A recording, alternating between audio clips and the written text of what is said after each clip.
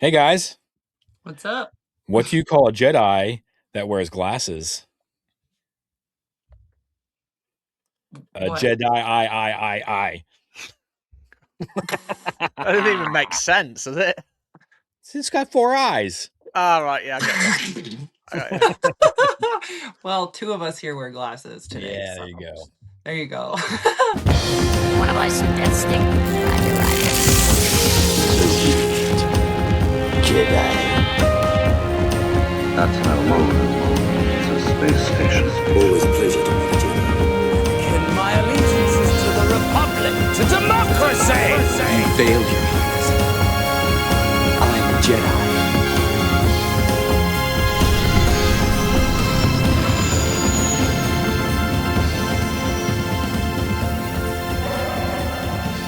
Hello, explorers, and welcome to the only international Star Wars podcast covering half the world, but only 0.5% of the galaxy. I'm Jack, and as always, thank you for joining us wherever you are in the Star Wars universe. Yes, welcome back to Explore the Force, where we cover all things Star Wars. I'm Jimmy the Jedi, and as always, welcome back or welcome along if you are new. If you are joining us today for episode 152, and if you get a chance, don't forget to give us a cheeky rating, a like, a share, and subscribe if you're watching on YouTube. Jimmy, how you doing today? First off, I think it's funny, Taylor, when you or I say cheeky because we're not British, and I think it sounds kind of funny. So can you say cheeky again in a British accent for me?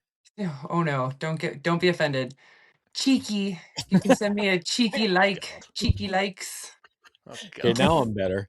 No, Thank you for no that, offense. Taylor. No offense. No, I'm good. We've got 5 weeks of school left. It's going to be an eternity. We also have 5 weeks until Mando and Grogu.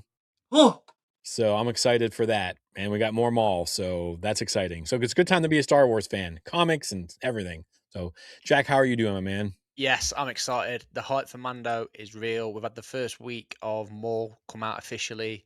I've been reading the reactions, seeing the people's thoughts, etc. It's exactly as I thought it would be. The hype train is well and truly in. Obviously, there's no Charlie today, so thoughts and feelings for Charlie. She's sick with a nasty cold. Hopefully, she'll be back for next week. And I'm super excited for tomorrow's special event for us, let's say. So, yeah, I'm looking forward to that as well. Taylor, how you been? I've been good. A bit of sad news over at the zoo. We lost one of our animals recently, but everyone's feeling better a couple days later, so it's fine. Oh, bless. Now, I saw that in the news about Bloomer the lion. So, yeah, thoughts with you all with that. Right, let's pick it up then. Let's head up into this week's Force Encounters and see what we've got.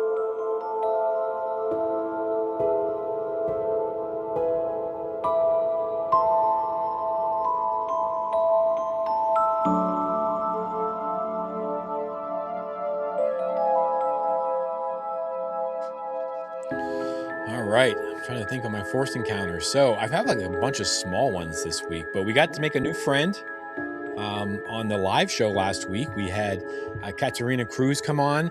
She is a content creator. We found her on TikTok. She also is a freelance writer for starwars.com. It was a really fun talk with her about Maul Shadowlord, because if you don't listen to the reviews, we also cover it again Tuesday nights on the live show. So we're kind of covering it multiple times, which is pretty cool. And that was a lot of fun. And then also I showed these guys off the air. I don't have it with me anymore, but we got my nephew who's just turned 2, a little Mando, or a little Grogu button-up shirt. And so I got my little Padawan. I'm trying to brainwash him as he grows into. I'll be watching him with great interest. Yes. Nice, love it. Absolutely love it. Taylor, what about you? My Force encounter. Oh, friend of mine at work, my friend Jesse, sup Jess, gave me Grogu. Wrong one. Grogu socks. I love them so much. They say Nice. I love when I get Star Wars gifts, so thank you. Nice. The Mando train is well and truly taking off. Yeah.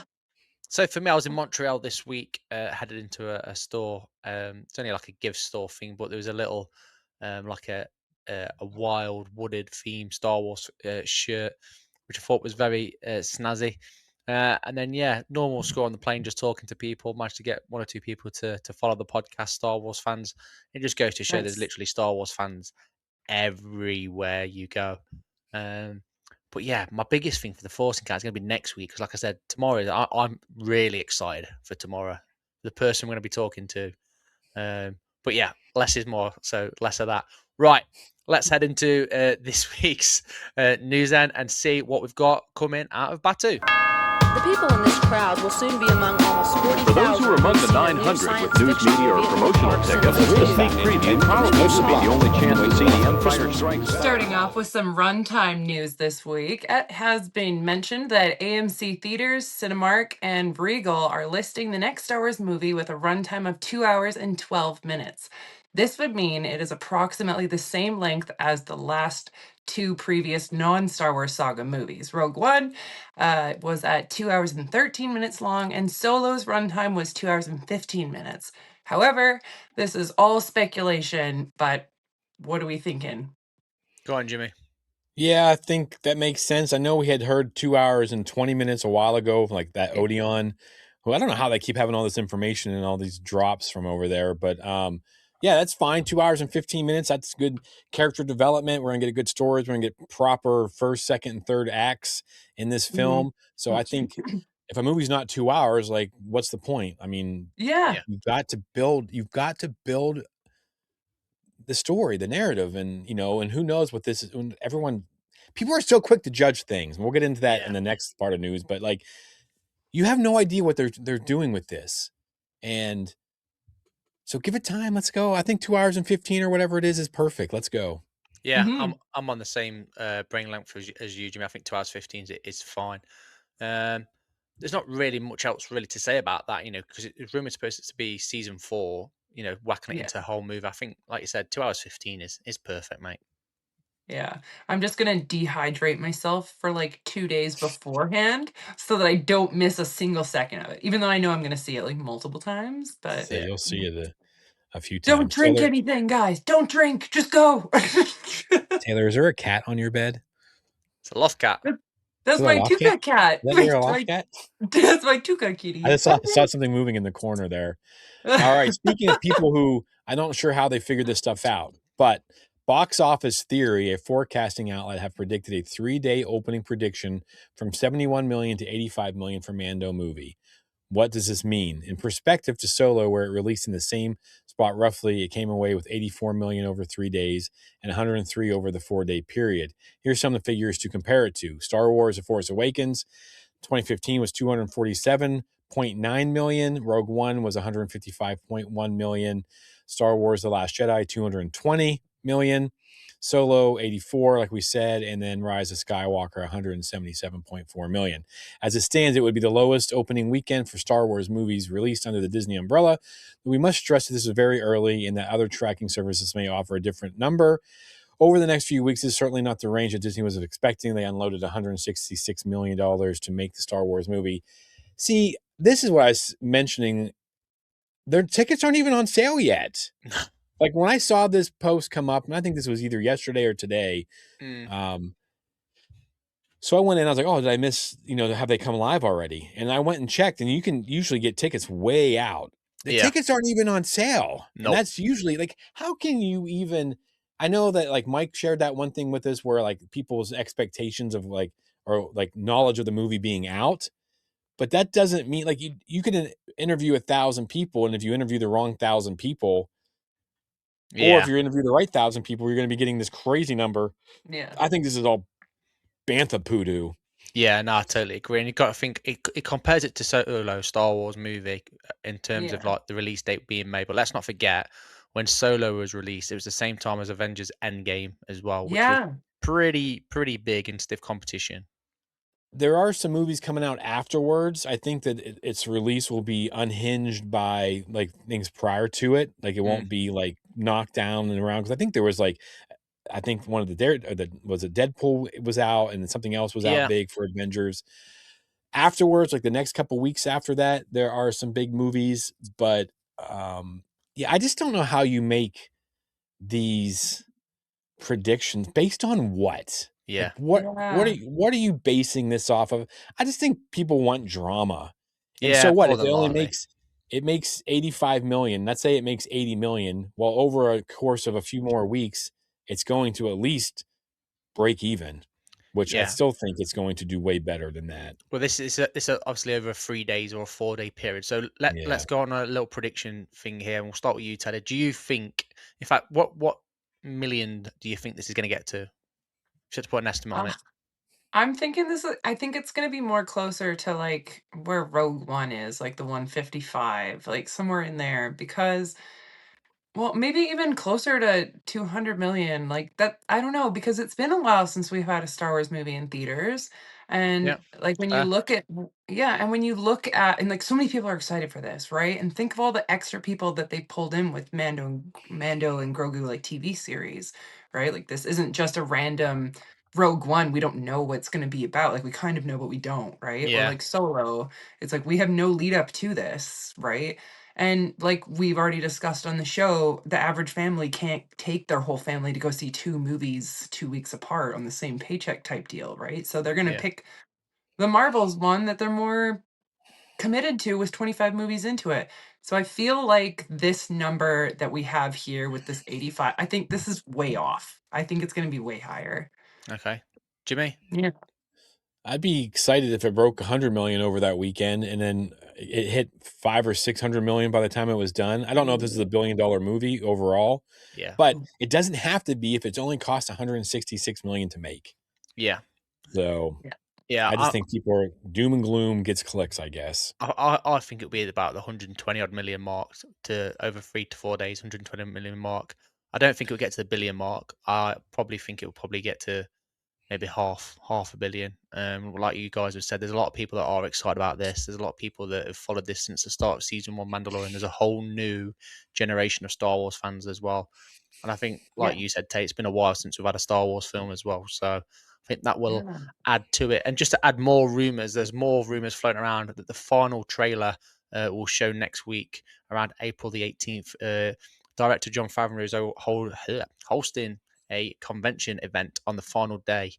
So Thursday, it's going to be aired there, not for the public viewing. I'm hearing as well. It's part of a Disney's panel event that he's hosting. So I am curious to see if that leaks. And also, rumors are abound about tickets. Like Jimmy mentioned, they're not on sale yet, but I'm hearing rumors that they're coming Yeah. up for pre-order It's soon. usually a little over a month out. We usually start getting sales. So, I mean, that's not too far off. I mean, we're 10 days away from 'em being out a month. Yeah. Yeah. And then the final bit of news, the final bit of good news is Maul. Obviously, it's been the first week since Lord Maul was aired, boasting a perfect 100% on Rotten Tomatoes. And that is not an easy score to come by any means. No. I've seen zero negativity about Maul. Make sure you catch me and Jimmy's spoiler-filled reviews as well. But yeah, no surprise from me, if I'm totally honest. Taylor, what's your thoughts on it? I really liked the first 2 episodes, and I can be a little bit judgmental, but I really liked it. And then, because I wasn't a part of your guys' recording, I jumped over to your guys' review, listened to that, which is so on point, and not being biased at all. But these guys have got this. Like, you guys need to listen to these reviews. And then there was even things that I missed, and you guys are like, "Oh yeah, we just casually saw this." I'm like, "What? How did I miss that?" So I don't know. I'm really liking the 2 episodes. It's not super cheesy like I was expecting it to Nah. be. And yeah, if you miss, there's so many little things that you can miss as well. So definitely check out those guys' review as well. Yeah, for Yeah. sure. Yeah. Yeah, I was surprised by the 100%. And I also would like to say that I can't remember. It was a guy who loves Star Wars was talking about on a show, but like 9 of the top 15 of like ratings are all Star Wars movies from like the last 10 years and stuff like that. Obviously, the Acolyte's not going to be in there, but with the way they destroyed that before it even came out. But yeah. And if you want to talk about Maul Shadow Lords, join us on Tuesday nights. Because then we'll read off your thoughts and questions, and we can dive into it. we had some good conversations last week, like I said, with Katerina, and then we have some of our usuals in the crowd, and it was kind of fun. So it's a good time to talk. Also, one last point on the Mando and Grogu movie. I think it will be the only movie really using the IMAX that over that first week at least. Yeah. So that might help it as well. Like IMAX sales might be. I mean, it Good was shout. shot for IMAX, so Yeah. More hopefully, expensive. because I know like Dune and whatever Avengers thing is coming out, like they're coming out like the same time, and there's a big battle happening behind the scenes apparently of like who gets the IMAXs and all this kind of stuff. So Let them have their Star Wars, battle. yeah, that's what I'm saying. Let those two fight it out because I don't want to get mixed up with that nonsense. Those are two powerhouses. Awesome. Right, that's enough for this week's news then. Right, let's head over to this week's main show. It's just a simple jump to hyperspace and we're there? What's so tricky about that? Plenty. Can't plot a direct course to Kessel. You might wanna buckle up, baby.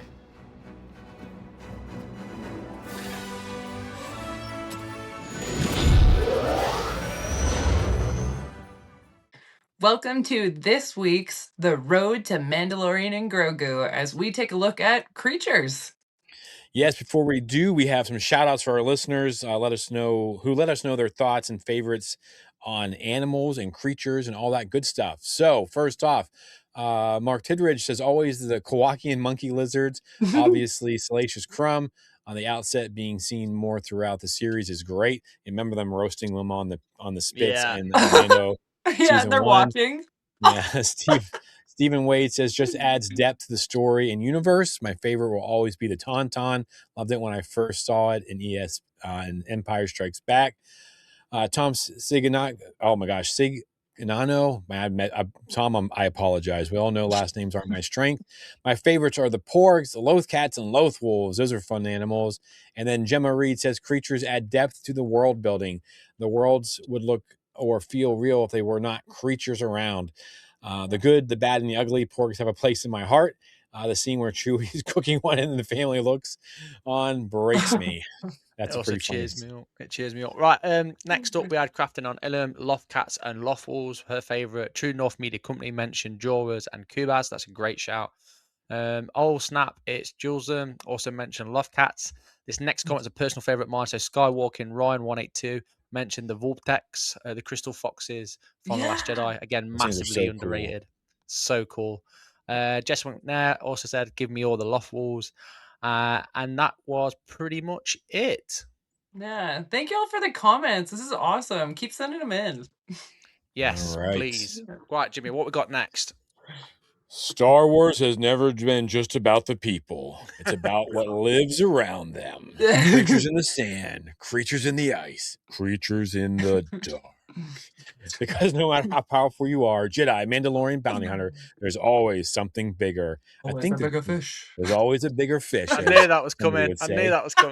Something older, something you don't understand. And now the Mandalorian Grogu on the way. We're starting to see glimpses of what kind of galaxy the story is stepping into, not just who's in it, but what's waiting for them. And I think that's kind of where this idea for this episode came this week on our road to the Mandalorian. We wanted to take a break from like breaking down the seasons. We have seen amazing creatures so far in all the trailers that we've gotten. So we're here to talk about that aspect of it.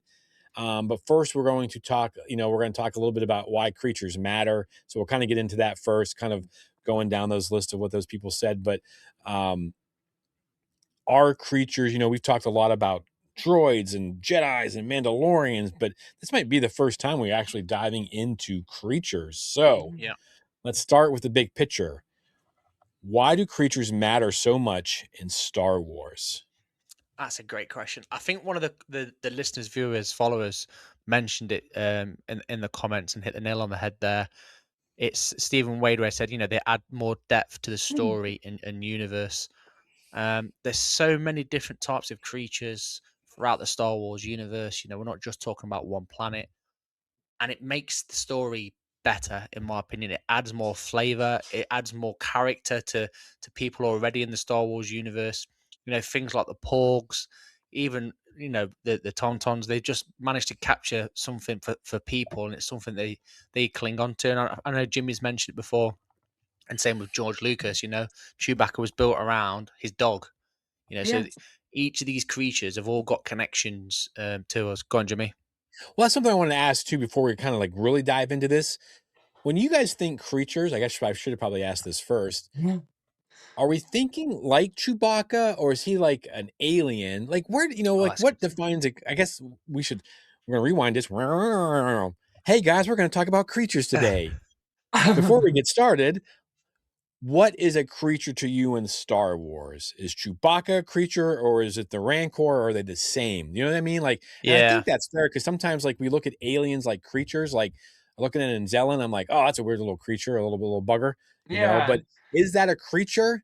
Or are No, we talking I mudhorns and crate Yeah. dragons and you know what I mean? So like I guess that's why I want to know from you guys first before we Okay.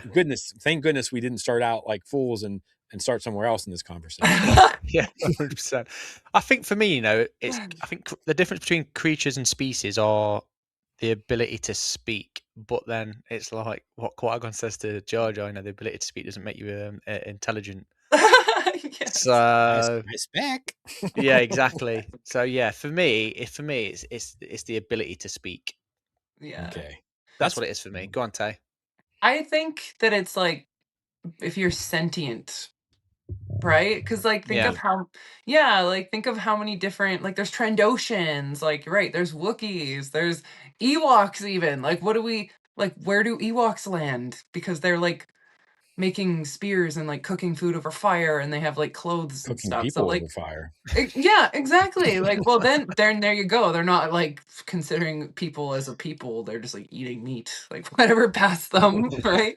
But yeah, I think it's just like just being sentient of what you like of your own, like acknowledging your own existence. I think. Maybe like a culture or yeah, I can see that. And I Yeah. kind of feel like we all kind of think that the same way, but sometimes it's hard in Star Wars, right? Like because you see these aliens and they're not like, you get these like humanoid kind of creatures and you're always like, yeah, but like Wookiees feel different to me than like a Rhodian or you know what I mean? Like sometimes there's a Right. kind of a blurry line, but I think that's a Yeah. valid way to say it. Like they can speak and they have a culture, that kind of thing. That's more of a species It's like a than it people. is Yeah. an aliens or species. So that's fine. Now I have a really earth shattering question. Are you guys ready for it? You've not heard it before. And if Oh. you think you have, you're wrong. All right, just Jedi mind tricked you guys all. Why do creatures matter so much in Star Wars, guys? Go on, Tay. I've never thought of that before. I think exactly what we were already talking about earlier. It makes it When Taylor? When Oh, were we sorry. talking Oh, about this sorry. again? In my brain. They There we go. yeah, they just make things real. Like you couldn't have a planet without having other kind of creatures to do your thing. Like the same thing here on Earth, like a bumblebee like is like every third bite of food you have has been touched by some kind of bumblebee or something like that. So it's the food, it's just how the planet grows, the plants, everything, and then the animals eat off the plants and then the people live off the stuff, right? So I feel like if we didn't have creatures and beasts and stuff in Star Wars, it just wouldn't feel like a real planet that you're landing on. Yeah. You know? Yeah. Yeah. And I think, like I said, Stephen Wade covers it perfectly. He says it adds to the more depth and the story building, and having Yeah. those creatures is like an anchor point for people. A lot of creatures are relatable to people in certain different ways. Whether you've got dogs, cats, etc., they always see a little bit of something of their own animal potentially in the upcoming Star Wars creatures, loft cats especially. Yeah. But yeah, what do you think, Jimmy? Yeah, I think that it's creatures. I think it sets this world apart from other things. Like Star Trek doesn't really feature that as much. I like Star Trek, but it's it's not a big thing in their universe and other uh, franchises. I think it just Yeah. creatures mean Star Wars. You've got, I mean, I'm trying to think like from A New Hope. I mean, the first one I think we really see like the Banthas or when we see, we don't even get to see it. We just know that there's something in that trash compactor, the Daganoga, like what is that thing? And there's not a ton of it in No, the yeah.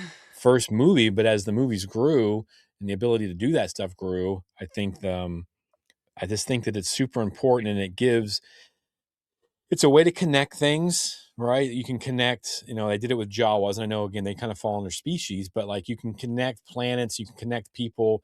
Oh, I've seen that blurg before, that was in this, or these are here and that's there. And I just think that creatures really kind of like the Rancor, like it was terrifying Yeah. as heck as a kid in Return of the Jedi, but then you get to see it later in the Mandalorian, or not the Mandalorian, Boba Fett, and you're like, it just brings back and it connects things. I don't know. I just think the creatures are super important, and it sets this franchise apart from other franchises. Yeah. Again, I know that the creatures and species are different, but some people knocked Andor because there wasn't a lot of diversity in species, or I mean, when you think about it, there's even less creatures in that. I don't know if there was any. Maybe That's a good some point. weird looking Yeah. yaks up there in the mountains whenever they were getting ready to do the whole The heist. heist. Yeah. So I just think, it just adds to it. It makes it unique, and it just makes it mythical in a way that, other franchises aren't. Yeah, no, massively. And look at all the pivotal points in Star Wars that have used creatures. When you talk about the Rancor, imagine the Last Jedi, Return of the Jedi without a Rancor pit. Oh yeah, the Sarlacc. Yeah. Yeah, the Sarlacc pit Oh as yeah, the well. Rancor, then the Sarlacc. Yeah, Yeah. I mean that whole first 30 minutes is creatures. I mean, Yeah. it's Same with Empire Strikes Back. So, with the Wampa, that's the first bit we see with Luke using the Force, really. Apart from obviously Right. the shot, yeah. And then you've got the Dewbacks, which is an iconic creature for Stormtroopers. Then you've got things like the Mandalorian with the Mythosaur, and you look at Ahsoka or Rebels, the Purgle whales.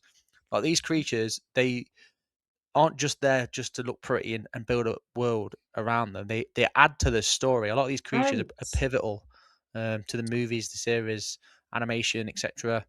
Ahsoka's owl, if you like, as well, like the loaf cats, yeah. wolves, like the creatures in Star Wars are massively important. Do you think people like Filoni have taken, it's so much easier to use creatures in animation, obviously, right? Yeah. I mean, it is. But when we got someone like Filoni coming over to live action, do you think? Because you think about Ahsoka, like those howlers or whatever, Yeah, those and big just wolf things. Yeah. yeah, and so like you got different creatures there. Not a ton. I'm trying to run these down, but do you think we'll get more of them now that people like Favreau and people from animation are 100%, coming over to mate. live action? Remember that stuff at Celebration Japan as well? He showed the stills of the wolves and that. But what were those things? Those little furball things? I can't remember what he called them. Oh man, Remember that? yeah, I don't remember. Well, that's going to be the next craze, and these things for Disney as well. They sell. Yeah. But we'll be seeing a hell of a lot more of that stuff. Yeah. Yeah. I mean, I think they're a good way too to like, and we're gonna kind of transition into like iconic moments in like the Mandalorian show, and we can bounce around to the. I mean, we've already kind of talked about some of the stuff in the movies, but some of the iconic scenes. But they are able to use these creatures for world building. They're able to like set the tone of the show. I mean, I think about we just recapped season 2 of the Mandalorian, and I said like my least favorite was it 2? Was that the one with the spiders? 3. I think Is that 3? I was can't thinking remember. 5. I mean, but yeah, it's like the spiders. a whole Yeah. week ago, so I don't know how I'm supposed to remember those things. But so let's kind of talk about some like iconic moments, and basically what I mean there too is like that episode would have been absolutely pointless, I feel. Yeah. But then we got that crazy giant spider and all those little ones, and I'm like, whoa, arachnophobic people are probably crying in the corner on the couches. I don't like them. I mean, if I got chased by something like that, I'd probably just quit. But Just eat me, please. like what other big iconic moments in Mandalorian, and we can even dive into season 3 since we'll do that I think next week. But what how does it enhance the episode for you? How does it make it? I mean, I just think of the ice spiders right off the bat, and it saved that episode for me. That's not my personal opinion. I'm not saying like other people didn't like it for other reasons. It's just for me, without those ice spiders, Yeah. Why? Yeah, no, 100%. I think for me, there's 2 really important creatures that show their face in the Mandalorian seasons. The first one, I'm going to go with the Mudhorn. Yeah. For the obvious reason, that's the first time we see Grogu help the Mandalorian with the Force, and he sort of understands there at that point, I think, what he has. And obviously it becomes a sigil as well for the Mandalorian and Grogu, doesn't it? The Yeah. Mudhorn Yep. is their iconic family sign, so to speak. So again, and the use of a Mudhorn is perfect. In that, another iconic moment again for me in season 1 is the oh god, what are they called now when they ride on top of them? The Blurgs. Blurgs. Thank you very much. The Yes. Blurgs again, absolutely iconic moment because again, he talks to Krill and he tells him like your people used to be able to tame this sort of stuff. So we see another side of the Mandalorian there. Yeah. I've got Where he one more, learns but patience. yeah, Yeah. exactly. I've got one more, but I'll keep that in the back pocket because I've already said 2. Taylor, what have you got? Well, I was gonna say the Mudhorn because that's like such a turning Big point one. in the Mandalorian. Like that's right when all of his brown armor gets like crunched, and then like just the scenery's holding this tiny little knife, and he's like, Yeah. he's like ready to just give up. And so I don't know. I was gonna say that, but you got that one. I'll say in Mando season, I think Mando season 3 where they take those babies. Oh yeah.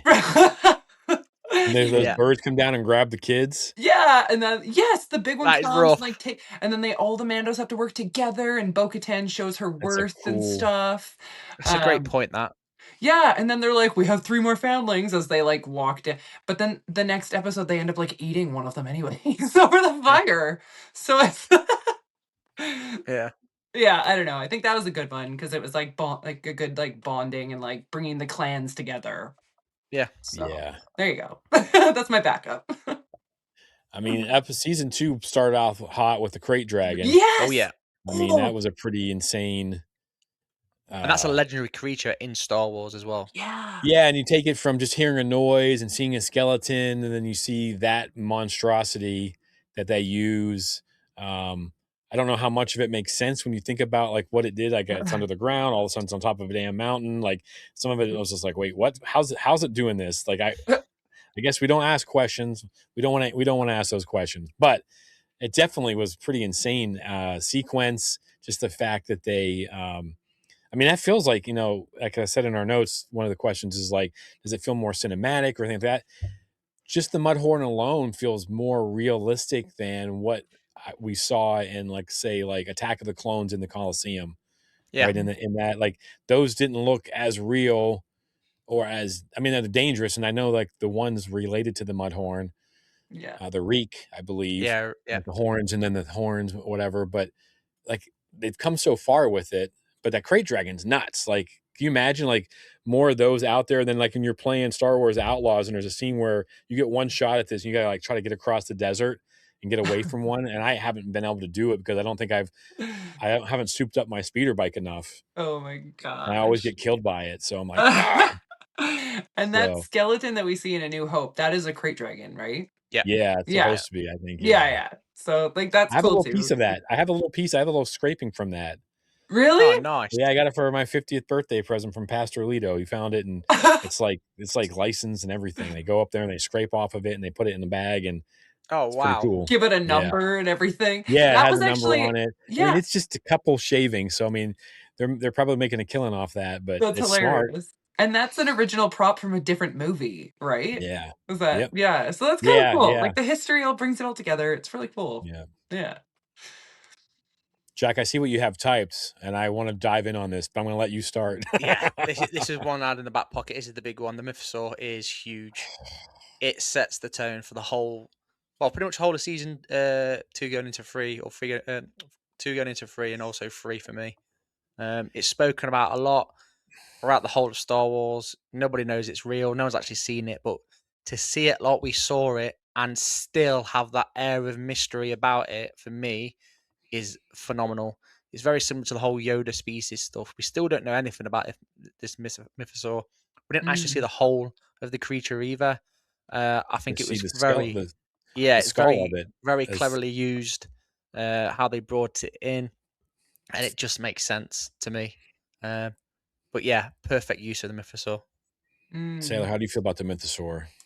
'cause I wanna I go off for about 5 minutes after this. I'll try not to. I think how they did it is awesome. Like, only Yeah. Bo-Katan saw, and she's, like, trying to talk to the armor, like, "Well, what if I had seen one?" And Emily Swallow's just like, "This is the way." Like, what? Like, I don't know. I think it just ties it all in so well. Like, not everybody saw it. Apparently, Din didn't even see it. You know, like, I think it's so fitting. So, Yeah. I love it. Think about what they can do with these things, man. Oh, Like, I know people don't like, the House of Dragons or whatever, as HBO show, but even if they don't like that, you have to admit that the dragons in those shows, I mean, I don't know what it is about dragons for me. They just captivate me. And I know they got better in the Harry Potter series, like in 4 when we get them mhm. in that. But then just think about like mythosaurs. And if we get a bunch of them and we have like Mandalorians riding mythosaurs against spaceships or, Mhm. just I just imagine this whole like Game of Thrones type storyline on Mandalore with these mythosaurs, and I think the potential for that is outstanding. And I just think about how cool with the technology we have now, Yeah. and that ties us all the way back to the ancient times and that whole. I don't people even know this sometimes, but that's what the marking on what Boba Fett, right? And then of course the above in the armorer's place, they have the skull of the mythosaur as well. Yeah. So it's just kind of like, oh my gosh, please, like let's get more of these and just focus on those monsters. That just would add a whole nother level, and they could do it with the technology that they have today. Yeah. Mhm. Oh, where are we at? So yeah, so like adding to it and stuff like that, and then we're gonna kind of transition a little bit into into the movies a little bit now too, because Yeah. and into Grogu as well. But he seems to have these weird relationships with creatures. If he's not shoving them into his mouth to eat them, he seems to be able to bond with them, right? I mean, he bonds with the Rancor and he stops the Mudhorn. I mean, obviously they don't bond because Jin then sticks it in the head with the Vibo blade. But Yeah. um, do you think there's anything to be not? I mean, we're not doing predictions or anything, but do you think there's anything weird about his species and animals or creatures, and where do we think Uh, that's going to go? Like, is he drawn to him? Is it because he's so powerful? Like, what's up? so I think it's just one of those Jedi powers. That each Jedi got their own little sort of thing, whether it's insight, foresight, all that good stuff. I just think for him, he can connect with creatures similar to Ahsoka. Mhm. Um, and in terms of like you say, if he's not talking to him or connecting to him, he's eating them. I think again, my dark theory of him sort of absorbing their life force to become stronger, a bit like a vampire, a modern day Oh, Star Wars wow. vampire. Um, Yikes. Oh. that's my dark theory on the whole of Grogu stuff. Um, yeah, Scary stuff. yeah, but I think it all just comes down to that Jedi power that he's got. He just connects with creatures, Yeah. and he sees a living force in him. What do you reckon, Tay? Well, maybe 'cause he communicates with Ahsoka, and they're, like, talking to each other or whatever. Like, maybe he actually is talking to these things, which makes it Yeah, sad if he's like, "Imma eat you, frog," and the frog's like, "Wah!" Like, could so, you like, imagine? he's like or, like, maybe that thing isn't strong in the Force or whatever, so he doesn't communicate with it. But Could you there's, like, imagine? yeah, just but I think that might be his, like, thing because right now Grogu can't speak, he can't talk. So if Mm, that's his only way of communicating with something that's strong in the Force, that he's gonna be talking to these creatures, then, yeah, then it's gonna be he's gotta communicate with someone, so maybe that's why they have creatures. Oh, what if he somehow is able to start talking to Din like that? interesting. Be a good way to avoid having him talk out loud, like, and create, Yeah. Yeah, yeah. have to tackle that whole voice Oh my thing. god! That would be it, and then nobody could be upset with his "I have Grogu" voice or whatever Yeah. that they'd have to give him, and we know that Dave Filoni loves creatures, we know he does. So Oh yeah, he's obsessed. yeah. I was thinking too, like, 'cause that's kind of always been like, if I'm a Jedi, what power do how they always have those extra powers. Yeah, Like yeah. Ezra can do it. He can talk. He can connect with the animals. Ty York in the High Republic, the Monster Yeah. Hunter, but she's also like Love her. sympathetic to him, like because she can understand him. I think Mhm. even in the Living Force, we got to where the Jedi were like communicating with these animals, these creatures out in the ocean, and trying to like explain to them or help them. I know a lot of times it's like it's about feelings, like how they like push their feelings out Yeah. to them, and they can understand that. But I think this is pretty important. Do we think that we when we get into like the dragon snake and things like that, in that, do you think that like, I mean, how the hell is he going to escape that monster? Is that Grogu sneaking out to like stop that thing? I mean, do you think um, that his power does he speak to any animals, I guess, or control any animals in this movie? Yeah. Mostly the creatures, I guess. I think Yeah. maybe it depends how strong in the Force he is. Like I think the difference between the Mudhorn and some of the other creatures is the size of them. Like in comparison, again, you spoke about the dragon snake. Obviously, that dragon snake is huge compared to the Mudhorn. So yeah, I think it just depends on the size and the strength of the creature.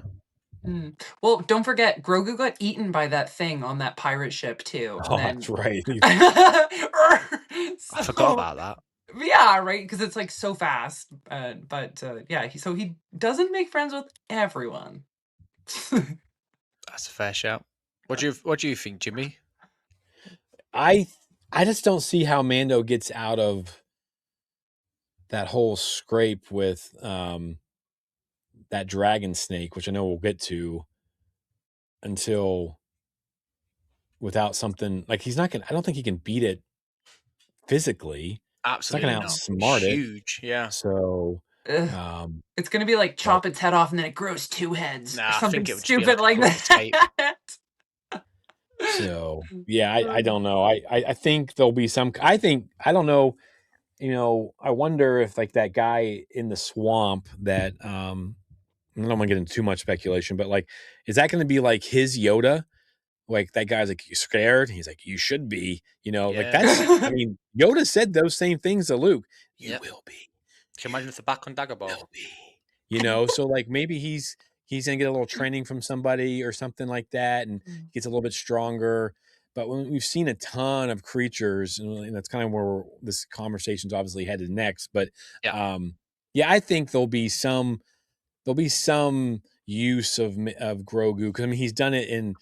I'm trying to think. Did he do it in season 3? I know he does it in season 1 for sure. He does it in Book of Boba Fett. Season 2.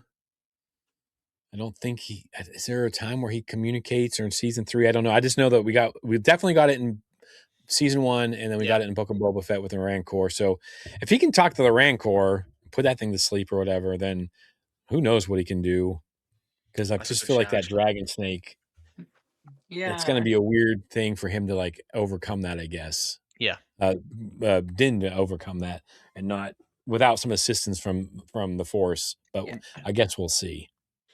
Yeah. So, but all right. And so now let's talk about the trailers, because this is kind of where we got this idea, and we're talking about the road to Mandalorian as we build up to the show, and we get our hype all every Sunday that we talk about this. I'm always like so fired up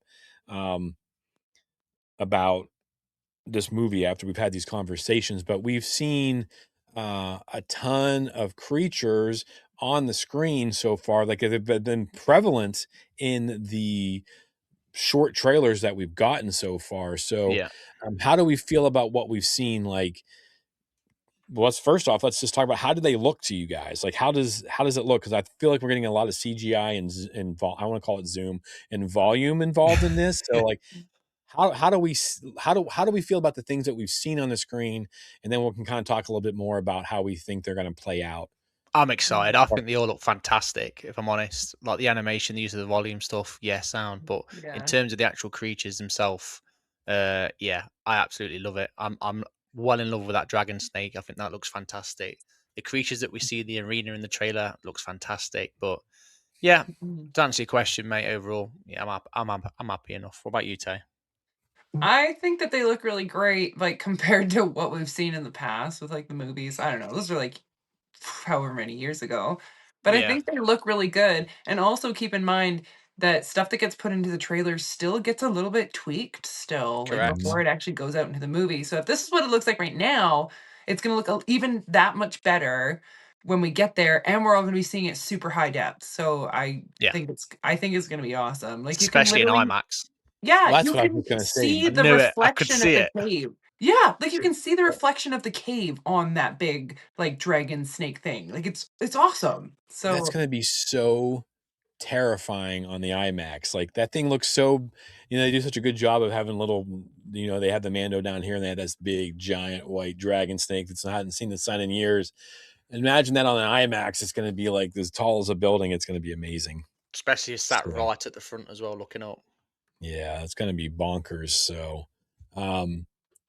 yeah. What other creatures have? Okay, so we all like the way they look. I mean, I think Rada looks pretty cool too. I know he's not a he kind of a creature, but I know they're species. They fit the species mold, but he kind of looks like a creature. It's a big, given the fact that we don't get huts very often. Yeah, but for me, for this, I think it's a big gamble / risk because we're so used to huts being fat slob slugs, and now we're seeing a fat muscular slug.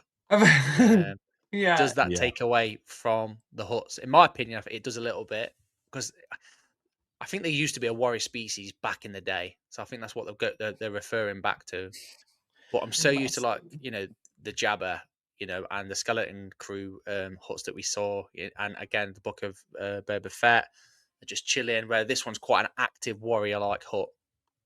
Go on, Jimmy. Well, I just think of like Italian mob bosses, the Dons, right? They're always these big. I mean, I hope none are listening because I don't want to take a cement swim in any ocean or any river. But they're always like big and fat because they're like comfortable and they're the big. You know what I mean? So maybe Rada's not there yet. Yeah. You know what I mean? So like Jabba's like the head of the family. He's like, I'm the head of the family. Yeah.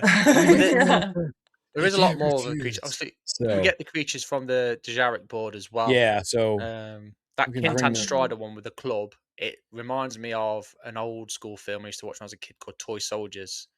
One of the creatures used to have a club, so I think I can see a little inspiration from that. But yeah, I'm excited for all these creatures. If I'm honest. Mm-hmm. Go on, Tay. What's your take on them? Well, I mean, I know this isn't in the main trailer, but when like the Tauntauns that were pulling the Super Bowl trailers, pulling the trailer along, those looked pretty darn good. Like, That's and a great shout. Yeah, like we haven't seen those in like a while, and even then the animation was terrible and like shaky a little bit. And that's such a good shout. Yeah, so like, and that wasn't even like, I don't know if we're actually gonna see them or not. Like, who knows if we actually are? But even just that much effort into like a 5-second trailer, like they're just showing us what's to come. Like, this is what we can do. Be ready. And I'm trying to remember what else we see in it. We see there's gonna be Loth cats in it, right? Or Tuca cats. And like we know that there's the kitten ones that are coming in Ahsoka season 2, right? That's where those kitten ones are coming from. They're like bald. Oh, that's what I think, Jack, you were talking about earlier. Yeah. The little baby Loth cats are like little puff balls. Yeah, and they can't like run yet. They have to roll everywhere. Exactly. Money. So yeah, I'm really excited. Oh, and then we also get to see we're gonna see what's his face's dog when he brings it up to Din's house too. Yeah. So I'm excited to see that too. So you know how much I like animals. Like I literally work at a zoo, so like I'm so here for all of it. I'm looking at this list and like the Mantellan Sarvrip, which is that big creature that jumps and like slams down on the Jarek board. So we have a bunch of those creatures coming to life. I think that's going to be kind of cool. Is it a little too on the nose though to have all those creatures, or is that like a cool thing where like that's something that happens in real life in Star Wars and I get to play it on Jarek? You know what I mean? Like, how do you guys see that? Because we're going to see like basically that whole board we saw in Star Wars, then we saw it again in The Rise of Skywalker. Yeah. Is it weird to you guys that like, is it too on the nose? Like, is that too nostalgia? Or is it like, can you go to a place in your mind where it's like, well, this is what fights in arenas, so that makes sense that they're playing it in a game? Yeah, no, I'm happy with it. I love it. Yeah. I love it. I'm here for that. Yeah, and Right. like I don't know, maybe it's like a rich guy that owns the arena and he's like doing it like that. I don't know. It could even you Maybe could a be whole. like that too. All right. How do you think that these creatures, we've seen a ton, like we said, we see all the ones we see a bunch of them in the arena. We see the dragon snake. And I know there's been some other ones, the Anuba. Not it shouldn't be Maroc. It should be a new one, unfortunately. Yeah. Because I think Maroc was all white too, Yeah. anyways. But what kind of role do you think they play in this film? Like, do you think they're going to be a main thing, or do you think it's just kind of adding to this is Star Wars and this is what Star Wars Yeah. is about? Yeah, I think they're just adding to it. If I'm honest, apart from Row at the Hut, I think he's gonna have a big part to play. Yeah. But again, with the trailers we've got, we don't really know that much of what's actually going on. So they've done really well there, I think. Mm.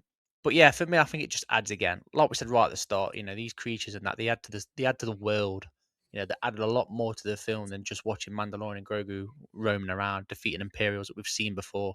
These new creatures and these things that we're seeing uh, like the nod to the old school fans from the Jarek board, and it'll catch a kids' imaginations as well. So there's a lot more pinpoints for people.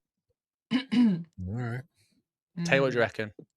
I think that they will play if I could talk, they will play a bigger role than what we're expecting. Like, yes, it's gonna add extra spice to this show, but like think of what they did with like the Purgle whale. Like not Yeah, only Oh, that's yeah, a good like show. not only is it super freaking cool just right off the bat, but people used their technologies to be able to they copied how they move through the galaxy and from galaxy to galaxy, and that just adds to the lore. That's how we have spaceships or whatever that yeah, can jump yeah, because we learn from animals. So we don't even know. Like there could be so much more lore that we're gonna get that we don't even know about, That's right? an awesome point, Taylor. Because I think back about, and I didn't watch Rebels when it was releasing. I don't think I had XD or whatever, but everyone was so annoyed by the Purgle episode.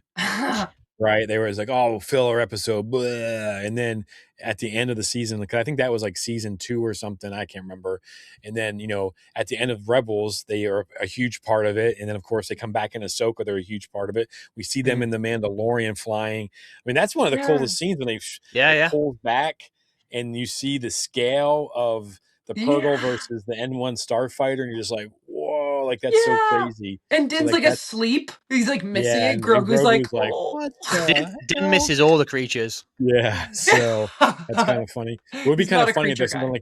if something like that happened through the movie where like it's constantly like Grogu's seeing stuff and Din's always asleep, or just the weird like he misses it, kind of be kind of a humor thing. But um do you think that from what we've seen, do these creatures, we see them and again, like Jack, like you said, like we've got 2 hours and 12 minutes and we have snippets. If you added all those scenes up, we might have 2 minutes of the movie, but we're getting like seconds at a time. Yeah. Do these creatures make the movie feel like it's going to be bigger scale? Is it going to be more dangerous because of them? Like, how do you think? I think the From danger what element's definitely there because obviously we see him in the arena and then the sort of the breakout. But again, I think the dragon snake's the biggest thing that screams danger. Something Yeah. that big against a human being.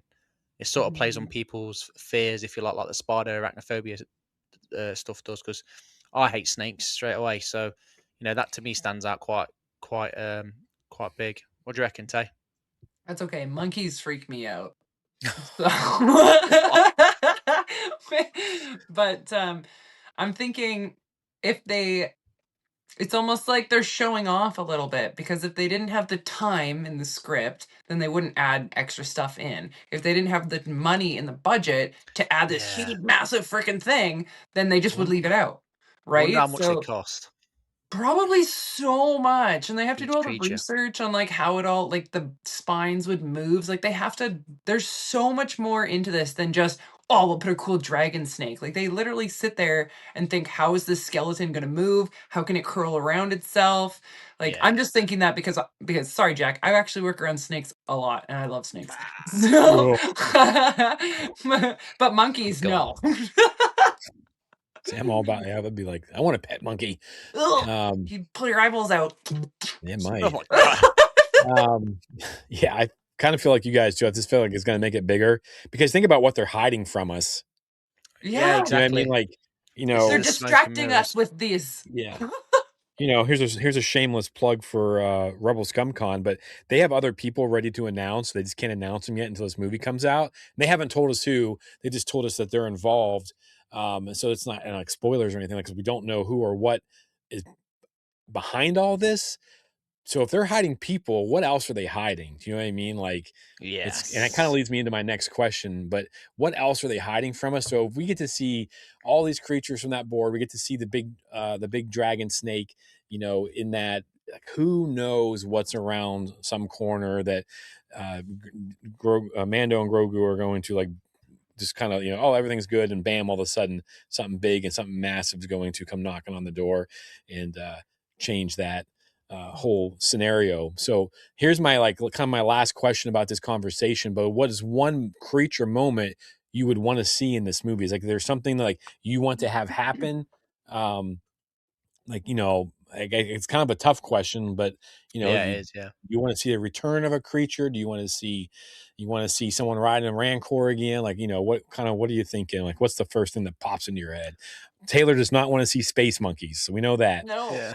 No. I'm gonna have to go with what Taylor mentioned for me personally is Tauntauns.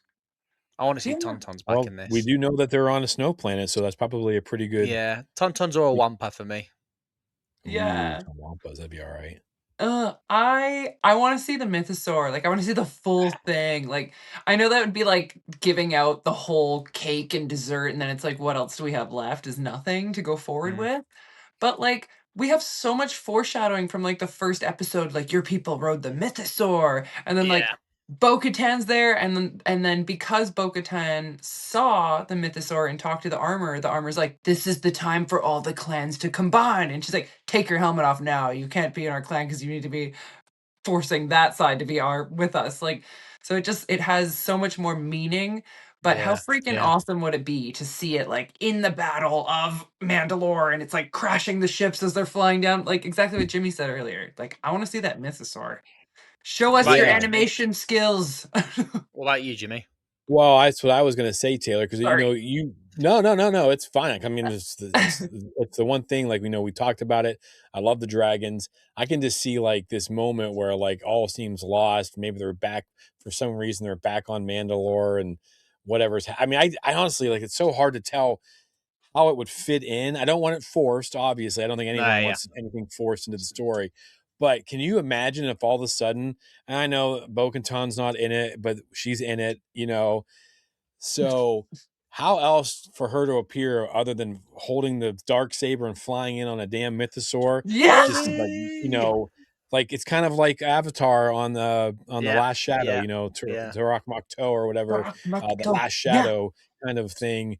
And I think that would be a phenomenal scene. And then the thing is too, though, I think that sets up your storytelling for season 4, because they have talked about it. And on IMDb, if you go to the Mandalorian, because I was looking something up to see, like, what a chapter was called or something like that, and there's a season 4 listed on IMDb. So think about, like, you could, because they're not going to just use this movie to tell one story. Nah. Taylor, you talked about that too. Like, they're going to do things in this movie, and it may seem like the Purgles, like, okay, what was the point in that?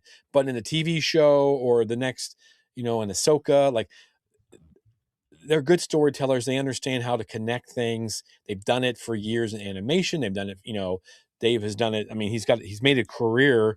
Is the reason he's the president of Lucasfilm with Lin is because he's made it a habit of good storytelling. I know some people think he needs to grow up a little bit and mature, which, it's probably a fair criticism. We're not stuck in animation anymore, but I think Maul was a good step towards that. But yeah, Mythosaur comes in, she's riding it. Maybe there's a couple more of her Mandos. Maybe we get Casca back finally. She comes back, which would be awesome. And they come in and help save the day, and then they're like, yeah, blah blah blah, and maybe that's all we get of them. But then season 4, they got some explaining to do. You know what I mean? And you get the hype level for season 4 of the Mandalorian and Grogu, or Mandalorian, is through the damn roof. It's huge. Yeah. So yeah, I just think that would be I think that would be the most beneficial. And unselfishly, That's I just want to insane. see more dragons on the screen. Like I You can never can't get beat enough.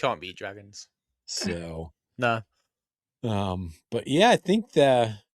Yeah, I mean, I think that we kind of dove into dove into the creatures. I mean, the importance Creatures of and them, beasts. how they feel about it.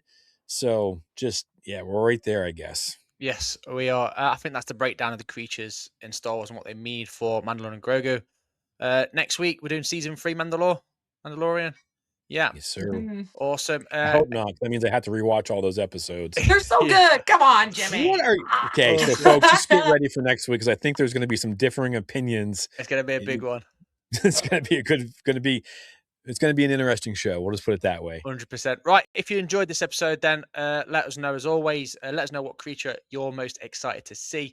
And if you have any questions or just want your voice heard, then DM us on our socials or send us an email or voice note at exploretheforce@gmail.com. And remember to like this episode, share it with your Star Wars friends and family, and to follow us on all our social media platforms. All you have to do is search Explore the Force, which is all one word. And if you watch on YouTube, don't forget to like, share, and subscribe. And also head over to exploretheforce.com.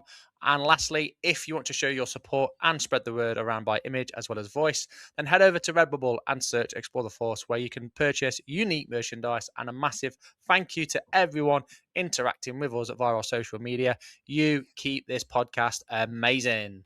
Yes, finally you've been listening or watching Explore the Force. We have spoken. We'll see y'all next week. See you next week. Only now, at the end, do you understand? Close your eyes. Feel it.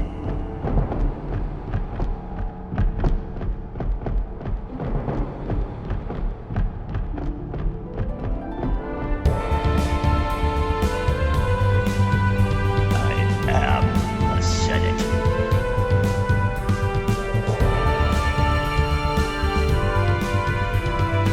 As wise as Master Yoda, as powerful as Master Windu.